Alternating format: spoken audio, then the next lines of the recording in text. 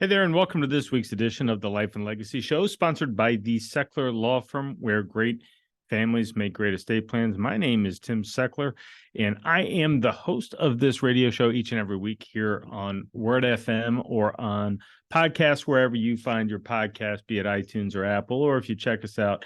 We also record this every week as a video. You can find it on YouTube for free.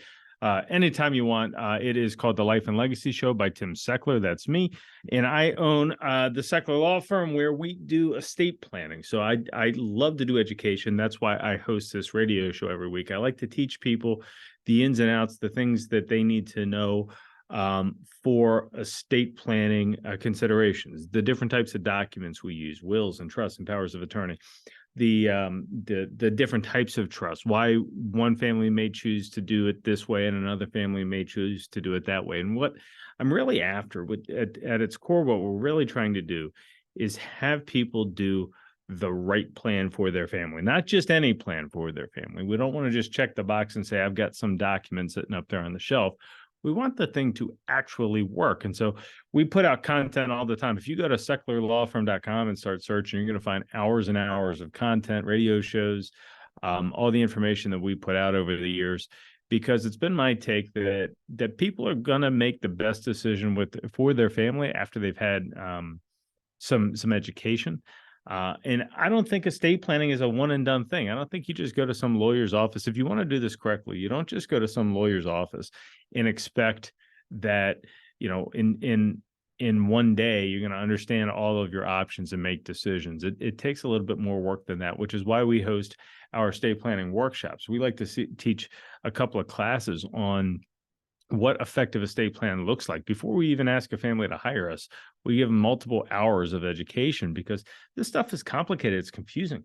And if you try to digest it all in one day, one trip to the lawyer's office, one afternoon, one whatever, it's just too much. And so we teach a series of classes to people who are interested in learning about this stuff before we ask you to make decisions. And you can find out all about that by coming to the first class, which is called The 3 Secrets to Protect Your Legacy. You can register for that at secklerlawfirm.com, SECHLER lawfirm.com.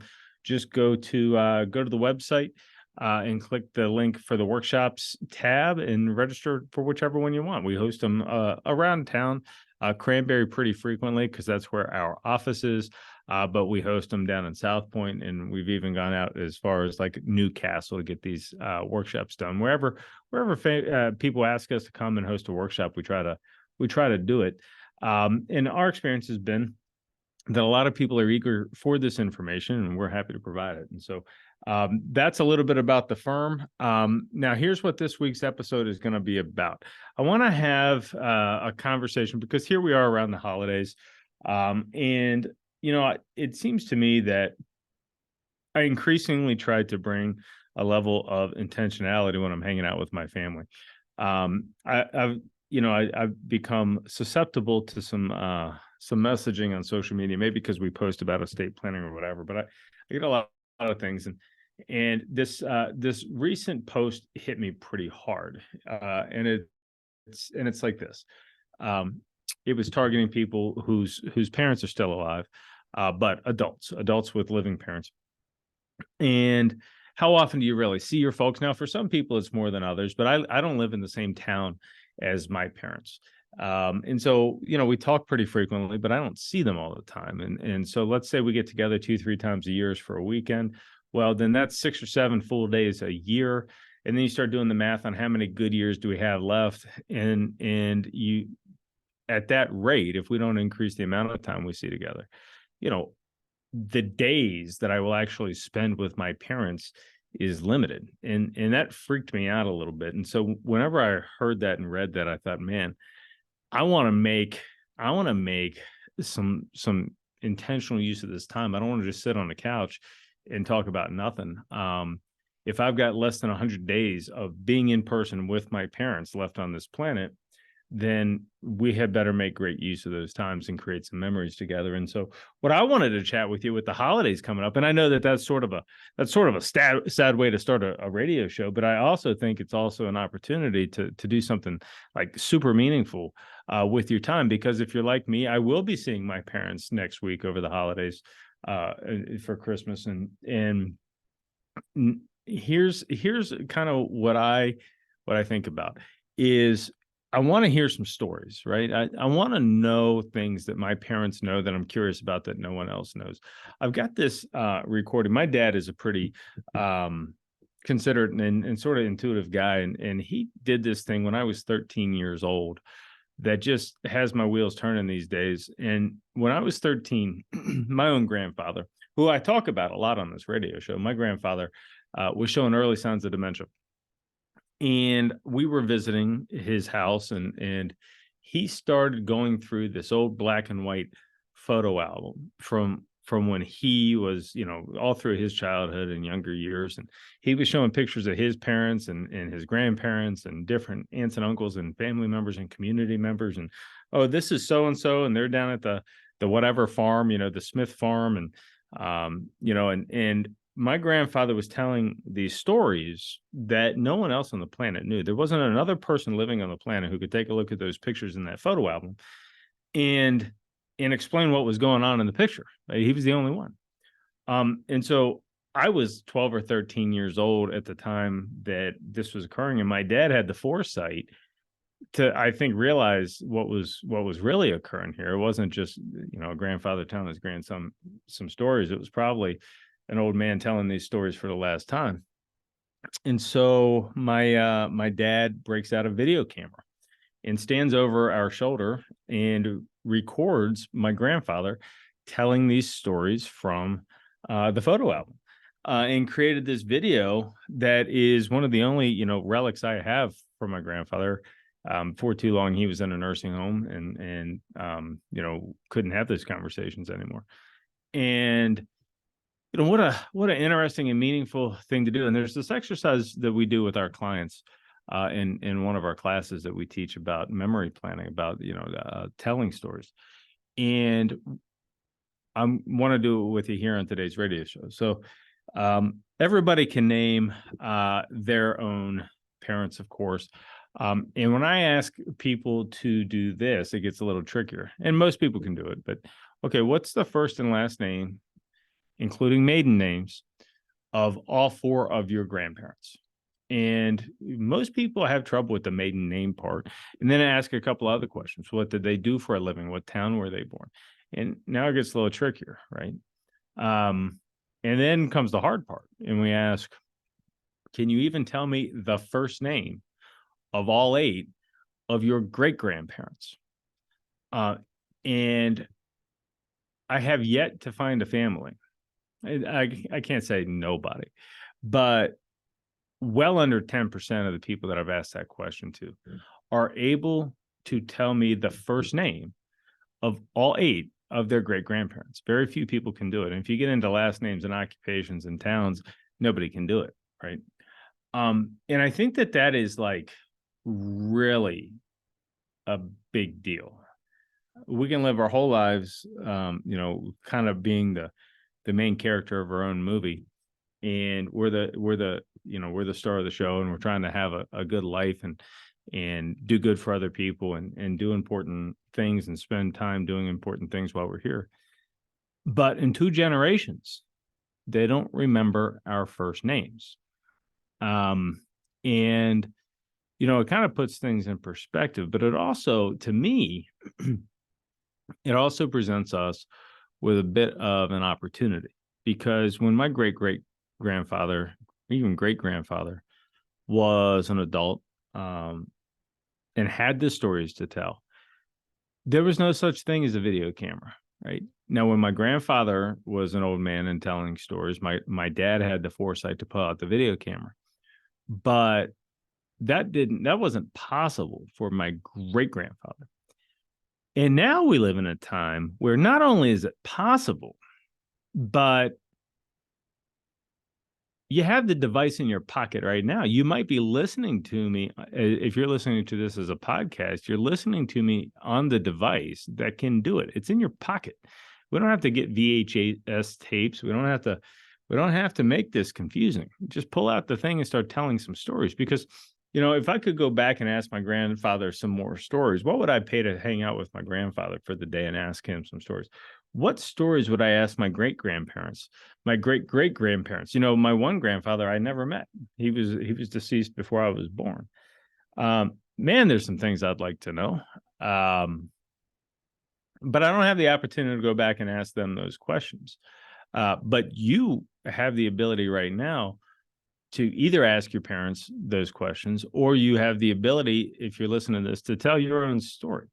And that's really what I wanted to chat with you about is, okay, Christmas is upon us. We're going to be spending some time next week with our family members, and it's time well spent to chat a little bit about them. And so I wanted to give you some tips on how to get started with this conversation. I recently went on a vacation with my mom, just she and I, for almost a week.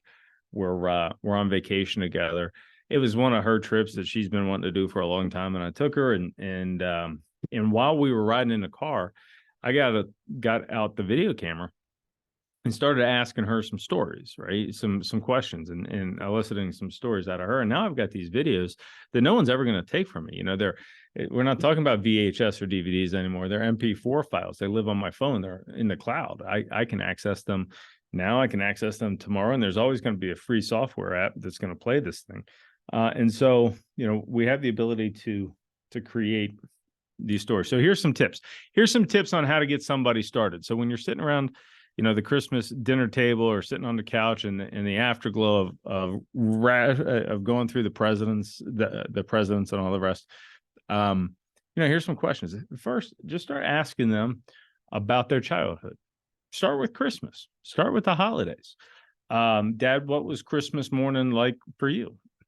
Did you have any traditions? Where did you have Christmas Eve dinner? Right now, it's like the two big meals, at least the way my family does Christmas, is you've got the big meal for Christmas Eve, and that's usually at somebody's house.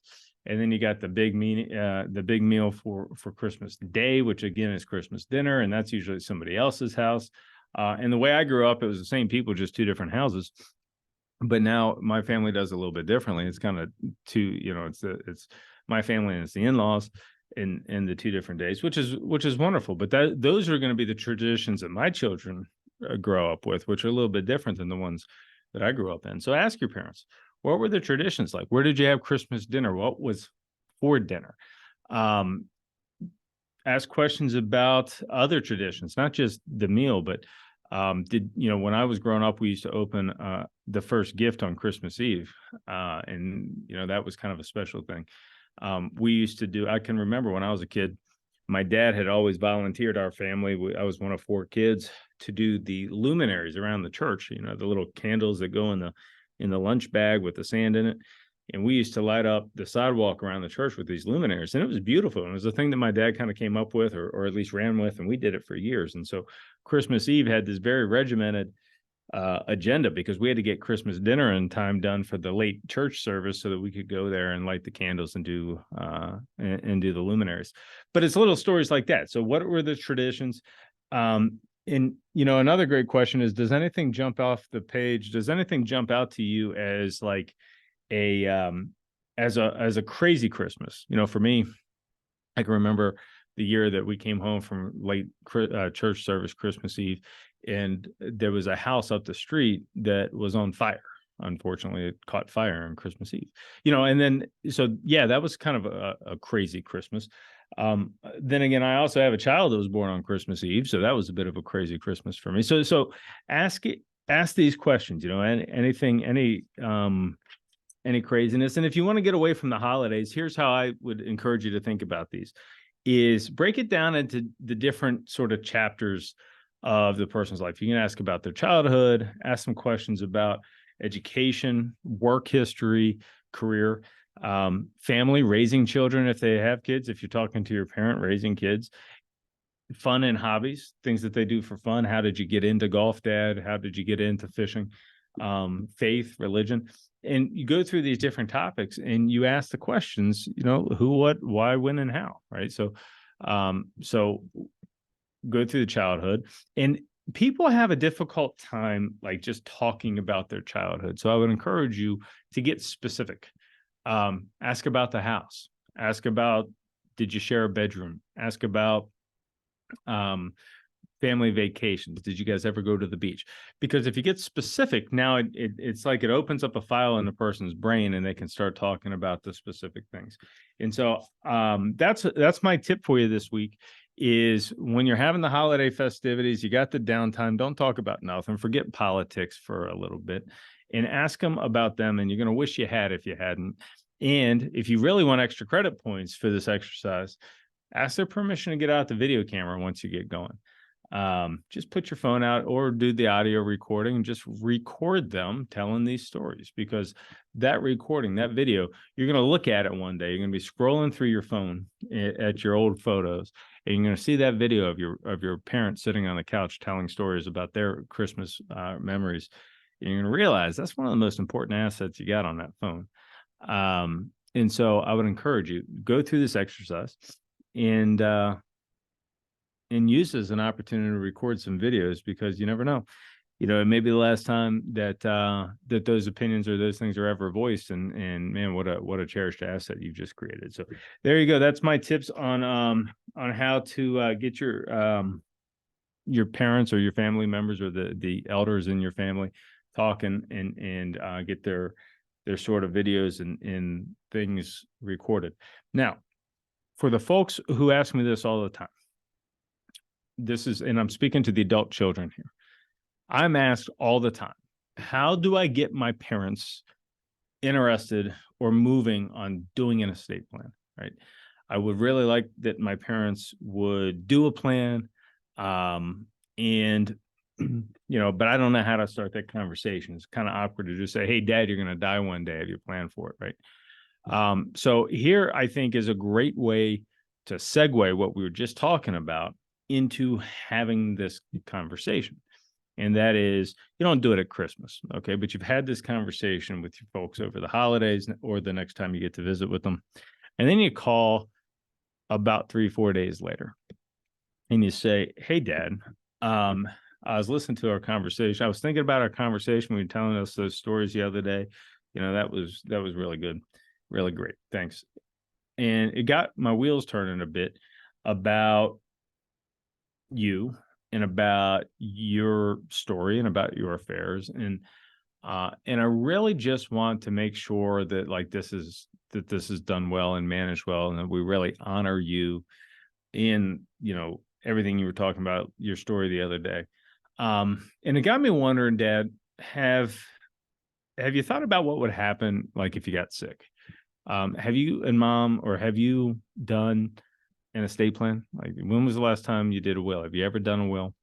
And I'm asking, because not because I want to know how much money I inherit or whatever. I just want to know that you've thought about this so that it's not chaotic, right? I want to make sure that if I have a role in this, if I'm going to be the executor, I want to make sure that I honor what you want to have happen, right?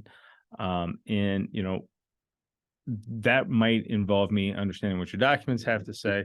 Perhaps even an introduction to your lawyer might not be a bad idea. One of the things that we at the Seckler Law Firm like to do is, once a family has engaged us for their estate plan, if they join our membership program, we teach a quarterly class for their kids on what it means to be named as the executor and the trustee, right? So it's an online webinar, essentially, that is about knowing your role in this whole thing. And because one of the things that my clients tell me all the time is that they don't want to be a burden on their kids, right?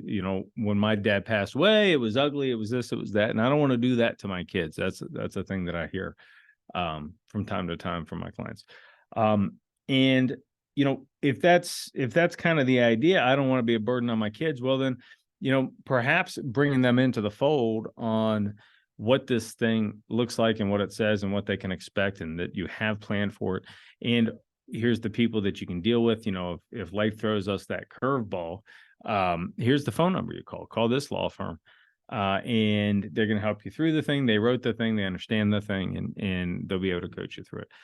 So what we do is we start forming a relationship with our clients' adult children right after we wrote the estate plan, because you never know when life's going to throw that curveball, and we want to make sure that they know that we're a resource that they can lean on and work through. And so that would be a thing I would suggest. If your parents have done an estate plan, ask to meet the lawyer. There's nothing wrong with asking to meet the lawyer. Now maybe your parents feel like it's an overstep, and I'm sure they'll let you know. But if you don't come on too strong, if you don't feel like you're pushing them around or make them feel like you're pushing them around, it just makes good sense that your family would want you to know, that your parents would want you to know what this whole thing looks like. So I would say that that's a pretty interesting way to like get into this conversation. Is one, have the conversation and have this conversation on its own merits, because it's an important conversation. And that is, getting them to tell the stories from when they were young, and all of the different memories that we can get on recorded and watch later and all the rest. And that's wonderful. And it's worth doing in its own right. But if you're one of the families who, one of the people who ask me, like, how can I start this conversation with my parents about estate planning? I think that's a way to do it, is to have the conversation about memories first. Ask them a whole bunch of stories.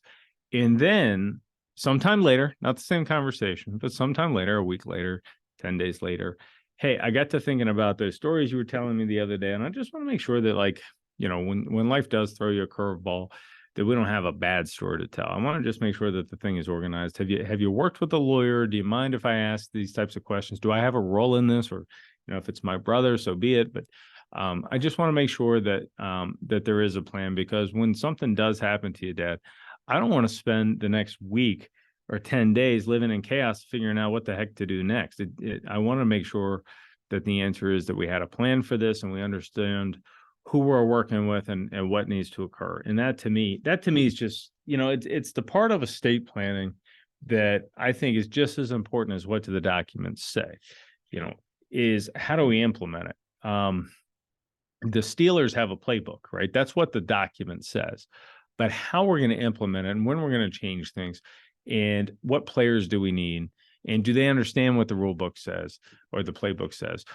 That's a different conversation. You can't just win a football game with a playbook. We got to practice the thing. We got to understand our roles. We got to understand if this, then that. And that takes a little bit more planning, a little bit more effort. But it's like filling in the blanks. It's the white space around the estate planning document that often causes problems when somebody does sort of pass away or get sick. And those things can be planned for just as easily as who gets the inheritance, right? The who gets the inheritance is typically the easy part.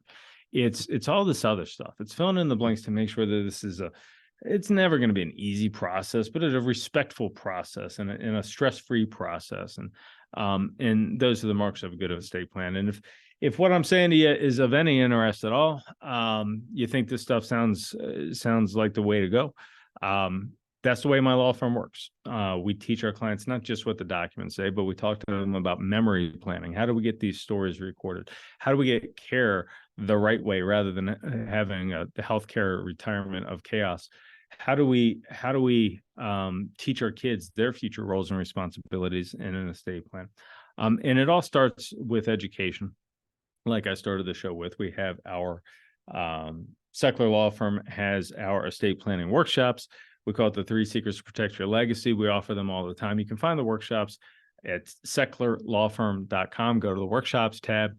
And there you're going to be able to find all of our upcoming dates. These are free workshops. We do ask you to RSVP because they do fill up. But during the workshop, you learn about this stuff. You learn about wills, you learn about trust, you learn about taxes, you learn about long-term care, sort of like the technical 100 level of things that I think you need to know in order to start thinking about estate plan. This is information some law firms charge an initial consultation to do. I just never really wanted to charge for the education piece. That's why we do the radio show for free. That's why we offer these workshops, is because I want you to have the education. An informed mind typically makes reasonable decisions. And I want you to have the information in front of you without having to worry about paid consultation fees and all the rest. And so check out our workshops. I think they're pretty good. You can give us a call anytime at 724-841-1393. We can get you registered that way. Let me give you the phone number again.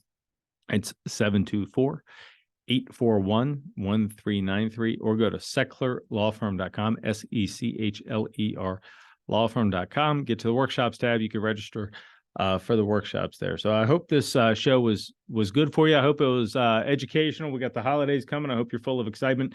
Make sure you use that time with your loved ones wisely, because that clock is ticking. And just have a Merry Christmas next week. Thanks for listening to this week's episode. I hope you learned something. I hope you found it useful. Remember, this show is not legal advice. I am an attorney. I am not yet your attorney. We'd love to earn your business. Go to secularlawfirm.com if you'd like to check us out. Otherwise, have a merry week. We'll talk to you soon.